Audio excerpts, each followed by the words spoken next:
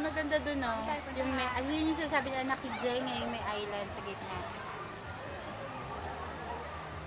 Pagunahan pala sila. Nakikipag-unahan sila kay Kuya.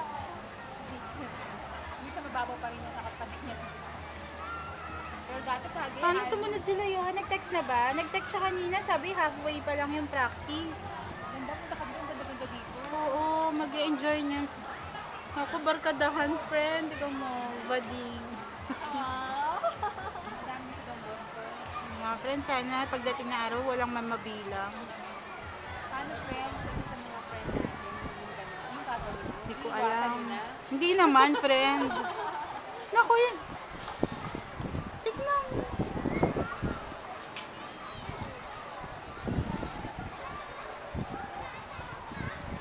Dapat talaga walang si Michelle kasama ko. Kaya lang, ano rin eh.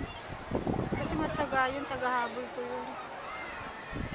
Talagang kung lumulusong mo siya doon. Kaya nga eh. Hindi naman niya ano, mami.